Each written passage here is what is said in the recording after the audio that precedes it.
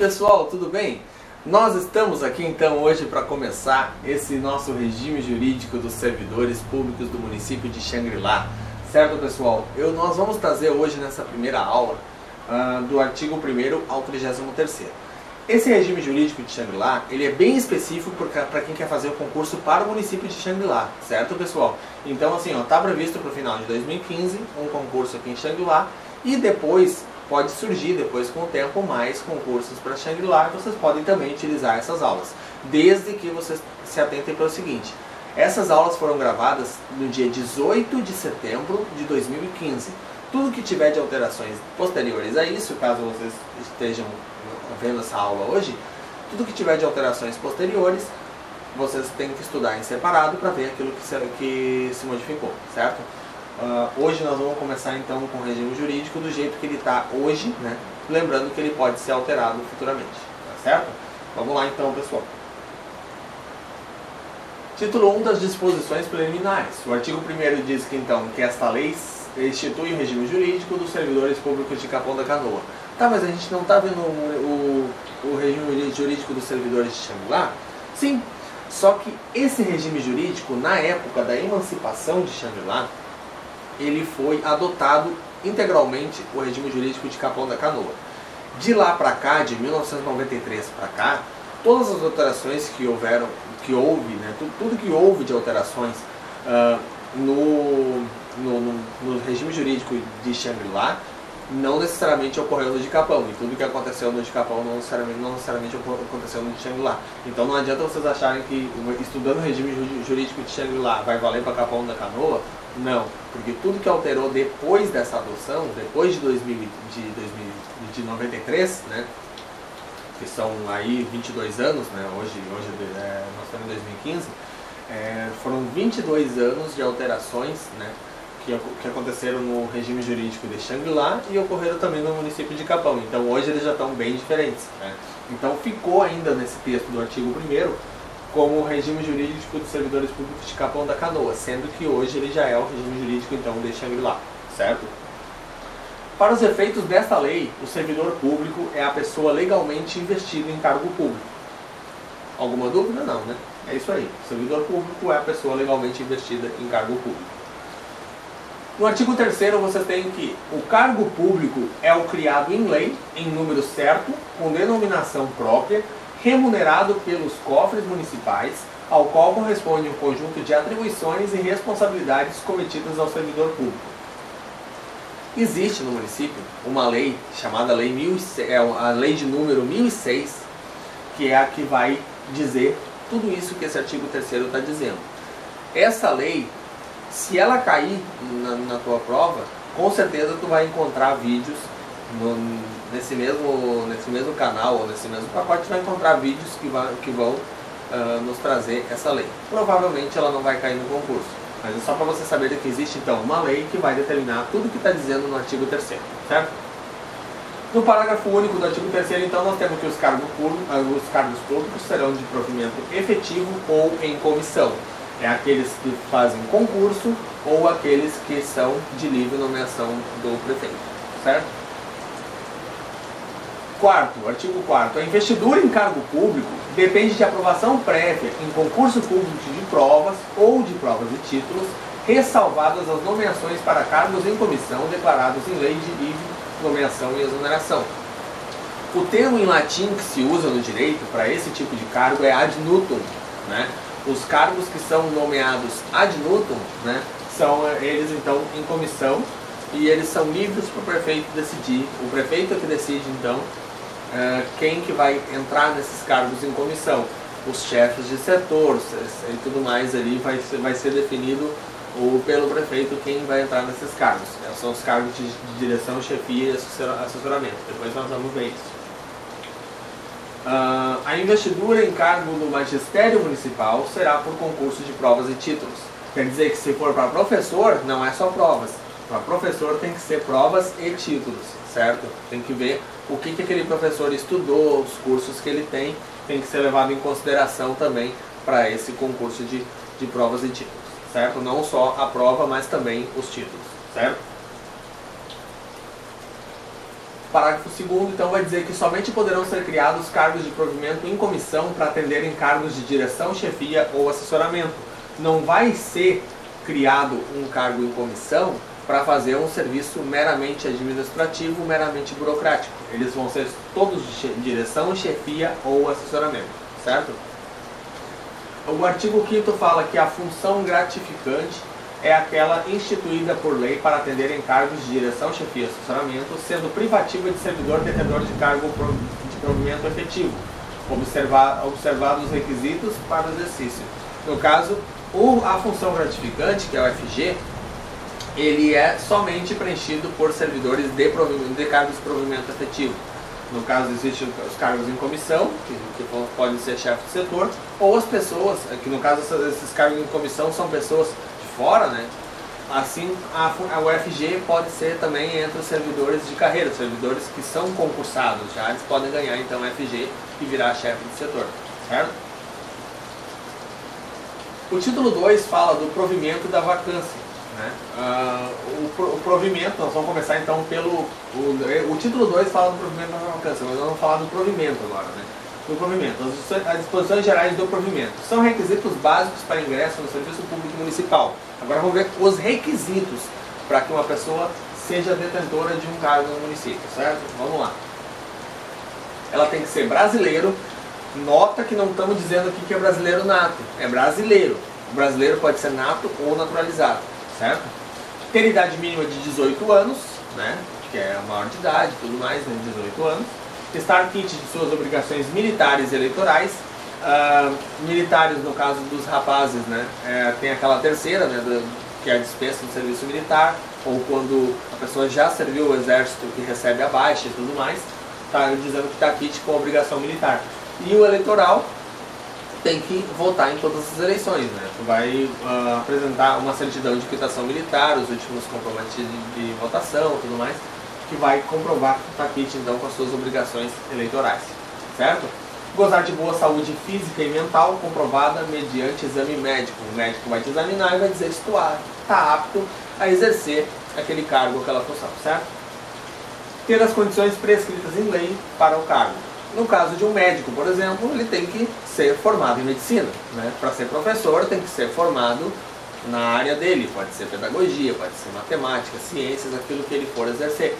Então, assim, as condições prescritas em lei para o exercício do cargo precisam ser atendidas também, né? No caso, se for um cargo que só existe o nível médio, a pessoa vai ter que apresentar a comprovação de nível médio, é isso, né?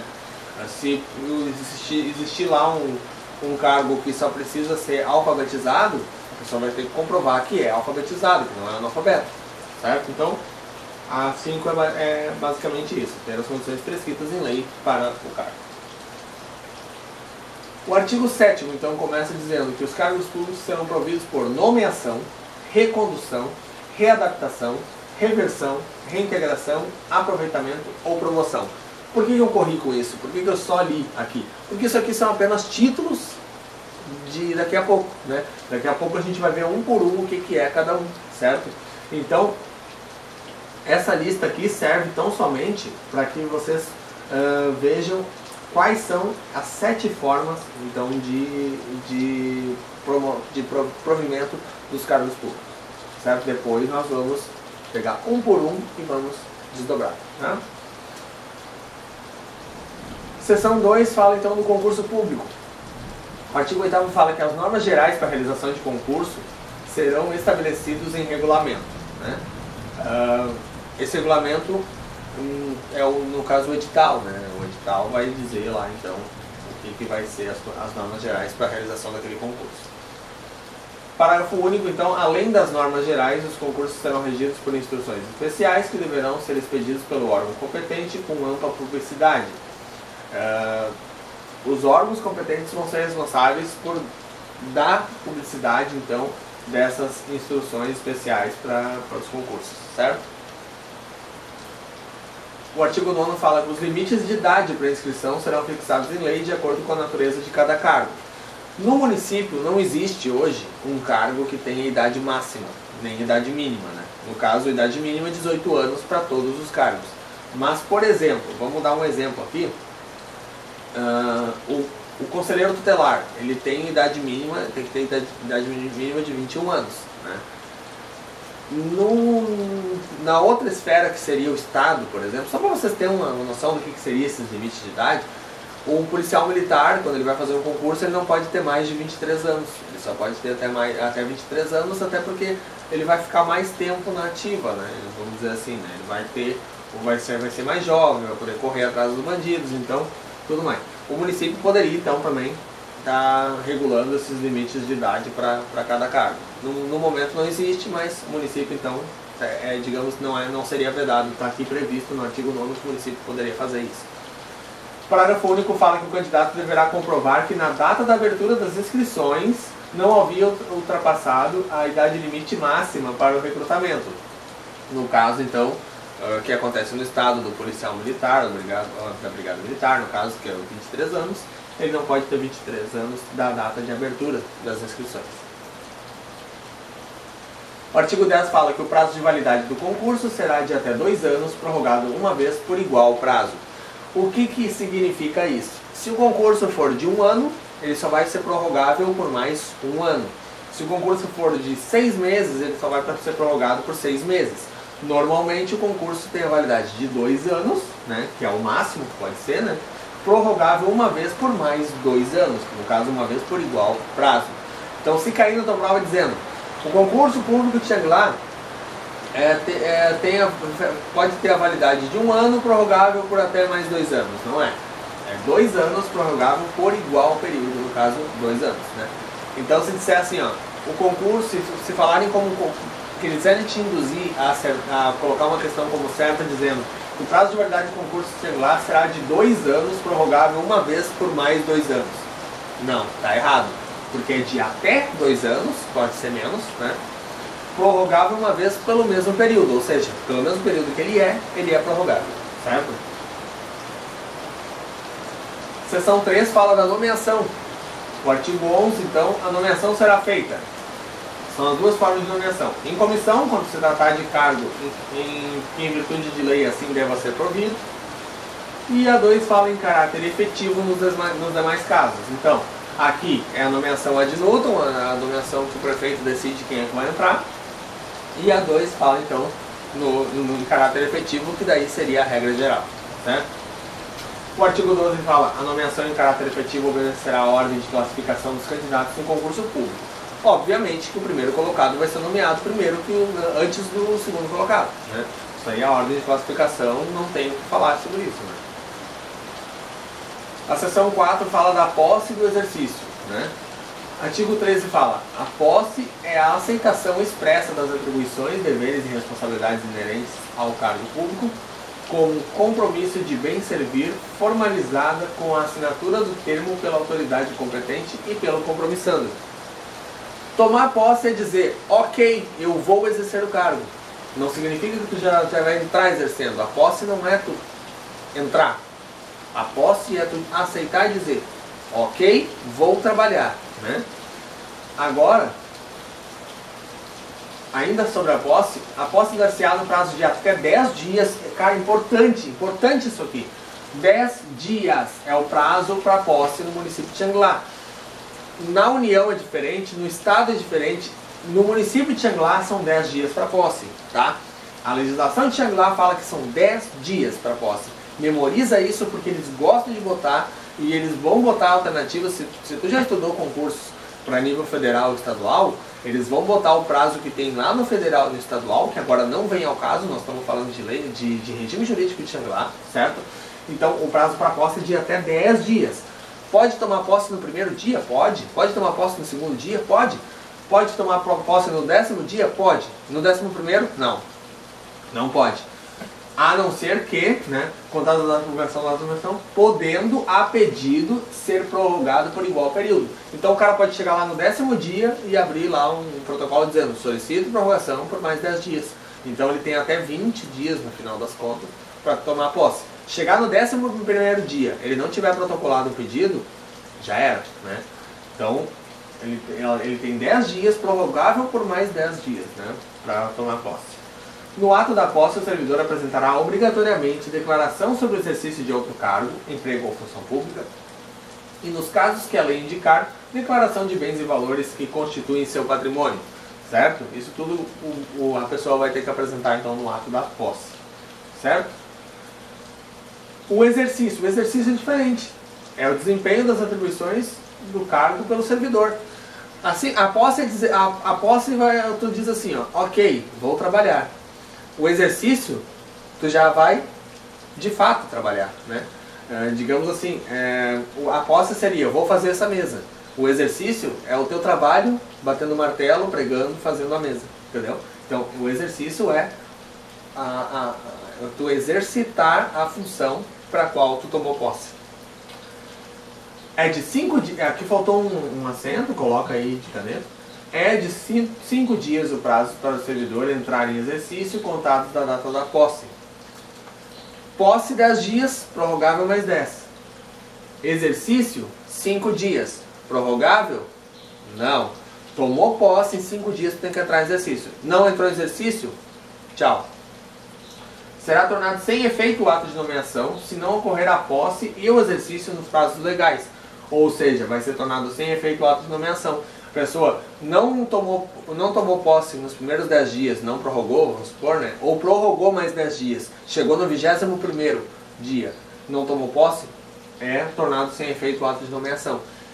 No caso, tomou posse e chegou no 6º dia, ainda não entrou em exercício, também é tornado sem efeito o ato de nomeação.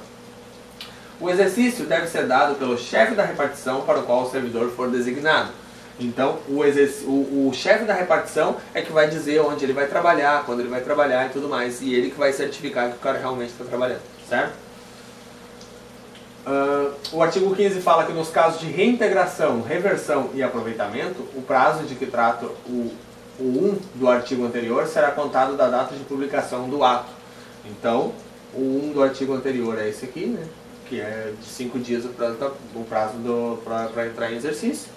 Então, no caso de reintegração, reversão e aproveitamento, que nós já vamos ver do que se trata, né? O prazo de que trata o 1 do artigo anterior será contado da data de publicação desse ato de reintegração, reversão ou aproveitamento. Tem 5 dias também a partir da publicação desse ato. A promoção, a readaptação e a recondução não interrompem o exercício. Depois nós vamos ver o que é a promoção, readaptação e recondução. Por enquanto você só tem que saber que elas não interrompem o exercício, certo?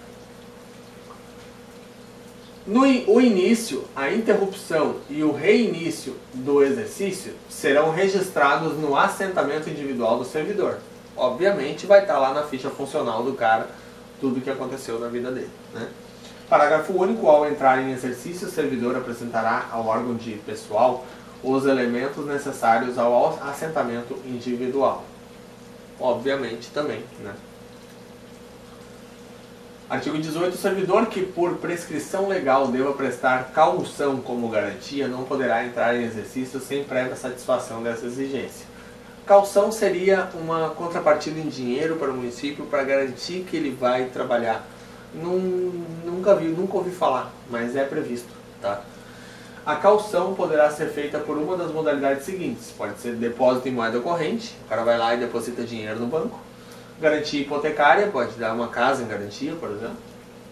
Título de dívida pública, no caso, se o município deve uma coisa para ele, ele tem um título daquela dívida pública, ele pode dar isso como garantia também. Vamos supor que ele teve um terreno que foi desapropriado, né? Para ampliar a creche, que nem eu falei antes. E aí ele ficou com... Não, no caso de apropriação não pode. Vamos supor uma área de terras que é infértil, por exemplo. Ele não tá sendo bem utilizado, ele tem uma área de terras. Aí para fins de reforma agrária ela pode ser então ressarcido, pode ser indenizado através de títulos de dívida pública. Então, nesse caso, ele pode dar isso como garantia, certo? Seguro fidelidade funcional emitido por instituição legalmente autorizada. Bom, isso aqui, olha, pouquíssimo provável que vai cair na tua prova, porque é uma coisa que é tão...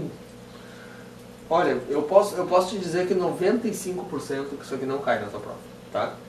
Então, eu acho que se tu entendeu aqui, beleza, ok, guarda isso na mente, mas eu acredito que tu não precisa ficar neurótico com isso aqui, que é uma coisa que realmente não vai ser pedida. No caso de seguro, as contribuições referentes ao prêmio serão descontadas do servidor segurado em folha de pagamento. Não poderá ser autorizado o levante de calção antes de tomadas as contas do servidor. O responsável por alcance ou desvio de material não ficará isento de ação administrativa e criminal, ainda que o valor da calção seja superior ao montante do prejuízo causado. Lê, relê isso aqui, sabe? Tenta buscar, de repente, alguma coisa, mas eu acredito que vocês não têm que se preocupar muito com isso aqui, que isso aqui não vai cair na tua prova. Pode ficar, olha, tranquilo, não vai cair isso aqui. A seção 4 fala da estabilidade. Adquire estabilidade após 3 anos de efetivo exercício o servidor nomeado por concurso público. Ele vai ficar 3 anos trabalhando. A partir desses 3 anos, se caso ele não for reprovado por falta de desempenho, estágio probatório e tudo mais, que ele fica em 3 anos em estágio probatório, né? Se ele não for reprovado nesse estágio probatório, se ele demonstrar eficiência e tudo mais, ele vai adquirir a estabilidade depois de 3 anos de efetivo exercício. Efetivo exercício é onde não tem a interrupção disso aí e tudo mais, se não tirou algumas licenças e tudo mais, a gente vai ver depois, mais pra frente, o que interromperia o efetivo exercício, certo? Seção 6, da recondução. O artigo 22 fala que a recondução é o retorno. Agora nós vamos começar, tu lembra quando eu falei das formas de provimento? Agora nós vamos ver uma por uma do que se trata, tá? A recondução é o retorno do servidor estável ao cargo anteriormente ocupado. Por exemplo, a recondução decorrerá de falta de capacidade e eficiência no exercício de outro cargo de provimento efetivo e reintegração do anterior ocupante. Vamos colocar a seguinte situação. Nós temos ali um servidor que ele é assistente administrativo e ele é aprovado num concurso para técnico contábil, certo? Existe um caso, inclusive, no município, né, de um colega que aconteceu essa situação. Ele já estava há 7 anos, então, no cargo de assistente administrativo, que no caso é um cargo de provimento efetivo, e passou então dos 3 anos, eu não lembro se é 7 anos, isso não é mais até, mas vamos supor 7 anos. A pessoa tem mais de 3 anos, já é efetivo no cargo de assistente administrativo e foi nomeado então no concurso para técnico contábil. Ele vai começar com uma nova matrícula, vai começar uma nova história ali como técnico contábil. Supondo que essa pessoa, que esse servidor não seja aprovado no estágio probatório, não tenha o desempenho suficiente para exercer esse cargo de técnico contábil, ele vai voltar para aquele cargo anteriormente ocupado. No caso, ele volta para assistente administrativo, ele não vai para casa, ele volta para o cargo de assistente administrativo. E o cara que entrou no lugar dele é colocado em disponibilidade. Então a gente vai ver isso depois também, quando alguém retorna e vai a pessoa para estabilidade, a pessoa para disponibilidade, certo? Aquele estável não pode ser rescindido, ele vai voltar para o cargo de origem, que ele já era estável, né? Tudo isso dentro do município, tá? Não é porque, eu passei num concurso federal, aí não deu certo lá no federal, eu vou voltar para o município. Não, aí tu te desligou do município. Mas no caso da recondução, é se tu tá no município em 2 cargos diferentes, no primeiro cargo tu já é estável, no segundo cargo não deu certo, aí tu volta pro primeiro, certo? Entendeu? A hipótese de recondução de que trata a linha A do parágrafo anterior será apurada nos termos dos parágrafos do artigo 22, que nós não vimos ainda, e somente poderá ocorrer no prazo de 2 anos a contar do exercício em outro cargo. E inexistindo vaga, serão cometidas existindo vaga, serão cometidas ao servidor, seria, né? Mas no texto da lei está dessa forma, tá? Não fui eu que escrevi errado, tá lá. Eu dei Ctrl+C, Ctrl+V, tá aqui. Inexistindo vagas, serão cometidas ao servidor as atribuições do cargo de origem, assegurados os direitos e vantagens decorrentes até o regular provimento. Certo? Seção 8, então, da readaptação. A readaptação é o seguinte. Readaptação é a investidura do servidor em cargo de atribuições e responsabilidade compatíveis com a limitação que tenha sofrido em sua capacidade física ou mental. O cara é motorista e aí ele perde um braço. Aí o que vai fazer com esse cara? Vai aposentar ele porque ele é motorista? Não, porque a pessoa mesmo sem ter um braço, ela pode fazer funções administrativas. Ela pode ser um vigilante, né? Tem várias coisas que a pessoa pode ser ainda, mesmo sem ter um braço. A pessoa não é inútil por não ter um braço, a pessoa simplesmente sofreu uma limitação da sua capacidade, certo? Ele não vai mais poder dirigir porque ele não tem um braço, né? Claro, tem pessoas de um braço só que dirigem e tudo mais, pode ser até que ele consiga e tudo mais, mas como às vezes é mais difícil para o município adaptar os veículos que aquele servidor vai utilizar do que colocar ele em outro cargo, o município vai colocar ele em outro cargo, né? Vai colocar ele como um assistente administrativo, vai colocar como vigilante e vai manter, né? Vai manter então aqui, ó. Readaptação e investidor, vamos ler de novo. A readaptação é a investidura do servidor em cargo de atribuições e responsabilidades compatíveis com a limitação que tenha sofrido em sua capacidade física ou mental. A readaptação será efetivada em cargo de igual padrão de vencimento ou inferior. No caso assim, ele vai ir para um cargo que ganhe a mesma coisa que ele ganha, ou que ganhe menos, mas ele continua ganhando aquilo que ele ganhava, certo? Realizando-se a readaptação em um cargo de padrão inferior, ficará assegurado ao servidor o vencimento correspondente ao cargo que ocupava. Foi o que eu acabei de falar, né?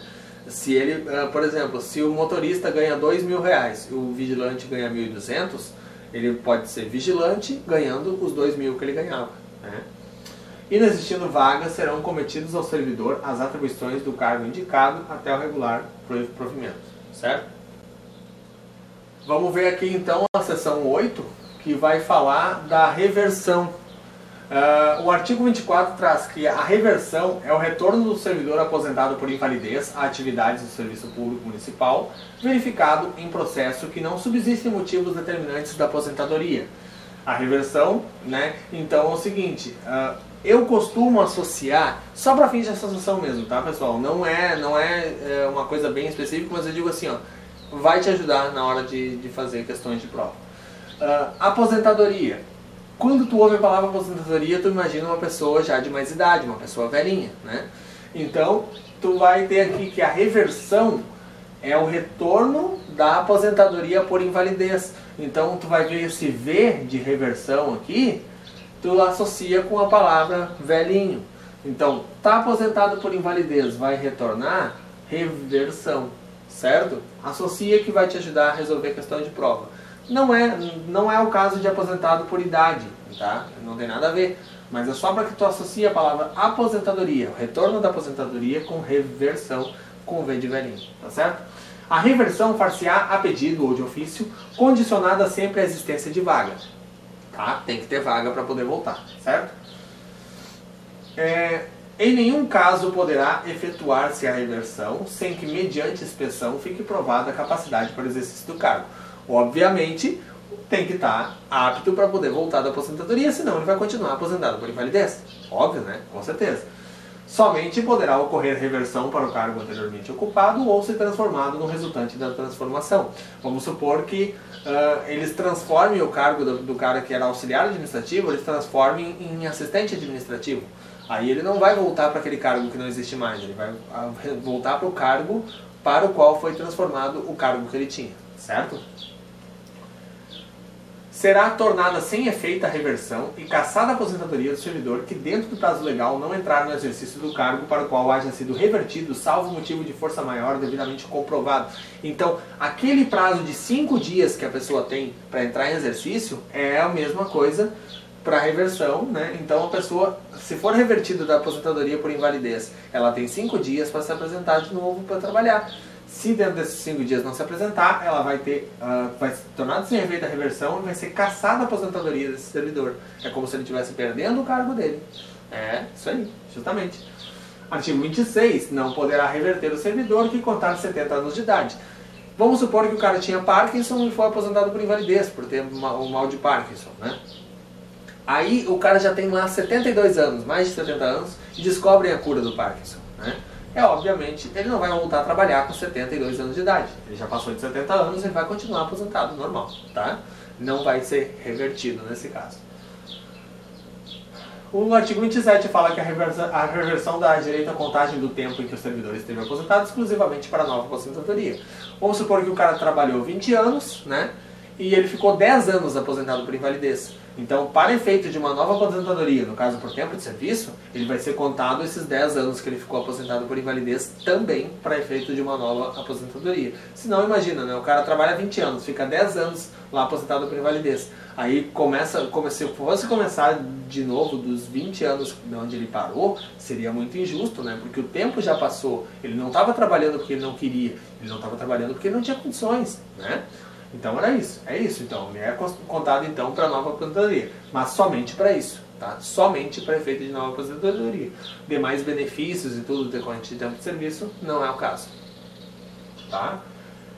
Seção 9 fala então da reintegração. A reintegração é a investidura do servidor estável no cargo anteriormente ocupado quando invalidada a sua demissão por decisão judicial com o ressarcimento de todas as vantagens. Aqui eu associo o invalidada a demissão por decisão judicial, reintegração. Esse in aqui dá para associar, fica fácil de tu acertar numa questão de prova, certo? Parágrafo único fala que reintegrado o servidor e não existindo vaga, aquele que houver ocupado o cargo será reconduzido ao cargo de origem, sem direito à indenização, aproveitado em outro cargo ou posto de disponibilidade. São três coisas diferentes que podem acontecer aqui. Reconduzido ao cargo de origem. Vamos supor, o cara era assistente administrativo, foi aprovado numa vaga de técnico contábil e assumiu o cargo de técnico contábil. Só que esse cara que teve a demissão invalidada, ele era técnico contábil e ele vai voltar para aquele cargo lá, e aquele cara que tinha ido para técnico contábil, ele vai voltar para assistente administrativo, certo? Ele vai então ser reconduzido ao cargo de origem. Essa é a primeira situação. A segunda situação é aproveitado em outro, sem direito à indenização, importante frisar, tá? Eles podem botar em prova lá que é com direito à indenização, mas não, é sem direito à indenização, tá? Aproveitado em outro cargo seria o seguinte: vamos supor que o cara entrou no município como advogado. E aí foi invalidada a decisão da demissão de um advogado que o município tinha.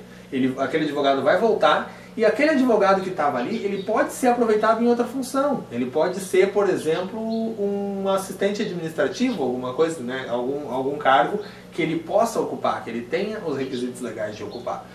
Não necessariamente ele vai ficar naquele cargo que ele estava, ele pode então ser aproveitado em outro cargo. Ou então ele pode ser posto em disponibilidade, ele vai ficar em casa esperando, certo? Da disponibilidade do aproveitamento, o artigo 29 fala que, extinto o cargo ou declarada a sua desnecessidade, o servidor estável ficará em disponibilidade remunerada. O que é isso? Vamos supor, o cara é vigilante e aí extingue o cargo de vigilante, resolve terceirizar tudo, né? Então, nesse caso, extinguiu o cargo dele, ou foi declarado desnecessário, ele vai ficar, se ele é estável, ele vai ficar em casa recebendo para isso, né? O retorno é atividade de servidor em disponibilidade. O retorno à atividade, isso aqui é um acraseado, né? Não é um E, é um acraseado aqui. O retorno à atividade de servidor em disponibilidade far-se-á mediante aproveitamento em cargo equivalente por sua natureza e retribuição àquele que era titular. Então aqui, o cara é vigilante, foi extinto o cargo de vigilante, ele ficou em casa recebendo porque não existe mais o cargo de vigilante. Aí eles resolvem criar, vamos supor, eles resolvem aproveitar esse vigilante numa função lá de porteiro, né? Por exemplo, porteiro de uma escola, né? Ou servente de uma escola. Eles vão pegar esse vigilante e vão colocar lá então, aproveitando esse servidor em outra função, que não é a dele, mas que ele pode e possui então os requisitos legais para prover, certo? O parágrafo único fala que no aproveitamento terá preferência o que estiver a mais tempo de disponibilidade, né? E no caso de empate, o que contar mais tempo de serviço público municipal. Tem lá dois vigilantes que foram postos em disponibilidade ao mesmo tempo.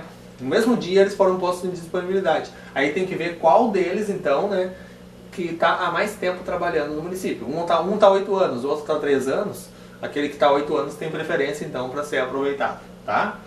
O aproveitamento do servidor que se encontra em disponibilidade há mais de 12 meses, um ano, né, dependerá de prévia comprovação de sua capacidade física e mental por junta médica oficial. Vamos supor que nesse meio tempo, enquanto o cara foi posto em disponibilidade, ele está lá ocioso em casa, entrou em depressão, né, ele não tem mais condições de exercer o cargo, né, então ele vai ter uma inspeção feita por junta médica oficial para ver se ele continua tendo aptidão física e mental para exercício daquele cargo, certo?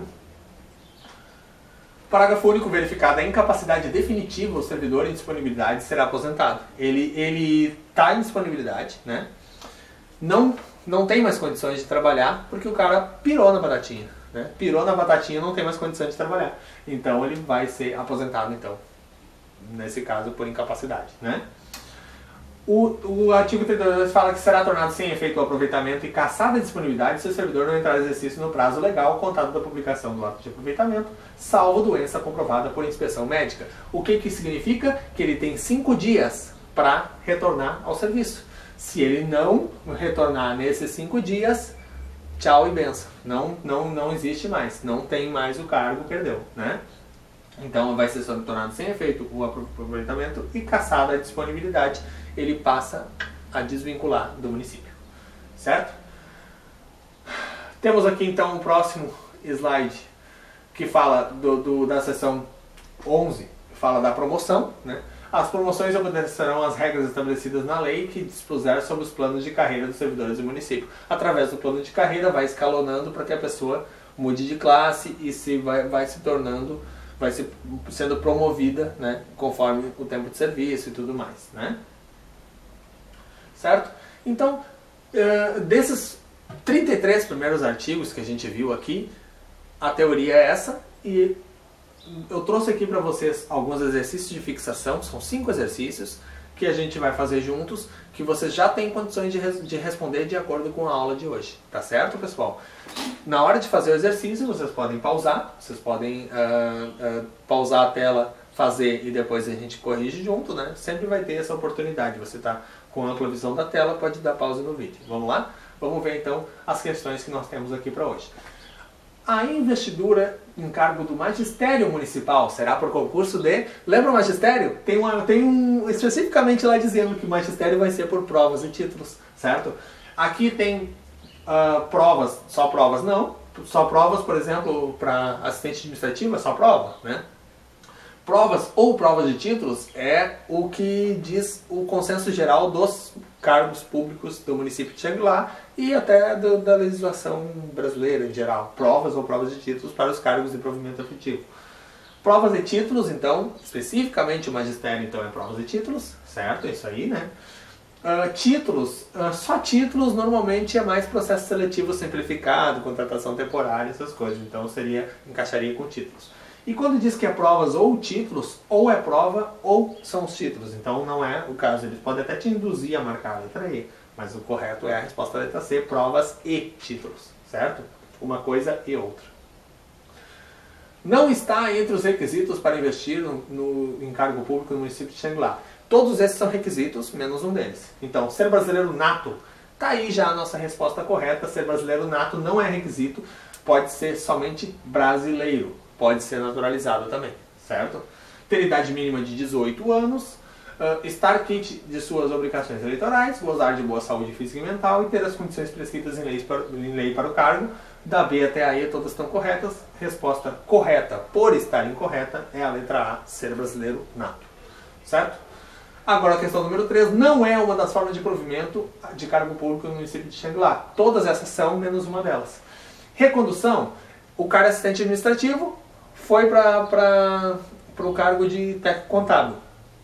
Não foi aprovado o estágio probatório, ou foi reintegrado alguém para o lugar dele, ele vai ser reconduzido para o cargo de assistente administrativo. É uma forma de provimento, não é essa a nossa resposta. Reversão, velhinho. Lembra do V? Velhinho? O cara é aposentado por invalidez e é revertido para o cargo anteriormente ocupado. Também não é a nossa resposta, porque essa aqui é sim também uma das formas de provimento. Reintegração é quando é invalidada a demissão por ordem judicial. Então, reintegração é sim também uma forma de provimento. Aproveitamento, quando a pessoa que está em um cargo e é aproveitada em outro cargo porque aquele cargo que ela tinha não existe mais ou foi declarado desnecessário, tá? Então, aproveitamento, letra D, também é uma forma de provimento. E o que não é, então, é exoneração, porque a exoneração é justamente quando o servidor pede para sair. Então, exonerado, ele está saindo e não entrando. Então, não é uma prova de provimento, é uma forma de vacância, que é o que nós vamos ver depois na próxima aula. A aula 2 vai passar nessa parte de vacância. Então, exoneração é uma forma de vacância e não de provimento. Então, sabendo, mas a gente não viu vacância ainda, como é que eu ia acertar? Não. A exoneração não está no provimento, então a gente só está perguntando qual que não é. Então, sabendo os 4 que é, você tem condições de saber que a E não tem nada a ver, certo? A questão número 4. A posse de um servidor de Shangri-La se dará em tantos dias, prorrogados por igual período, e o exercício se dará em até tantos dias da data da posse. Lembra que a gente comentou? Muito importante, 10 dias e o exercício em até 5 dias. 10 e 5. Resposta correta, então, vai ser a letra D, 10 dias para a posse, 5 dias a contar da data da posse para o exercício, certo? E a nossa última questão é o retorno do servidor aposentado por invalidez à atividade no serviço público municipal, verificado em processo que não subsiste motivo determinante da aposentadoria. Ele está aposentado e vai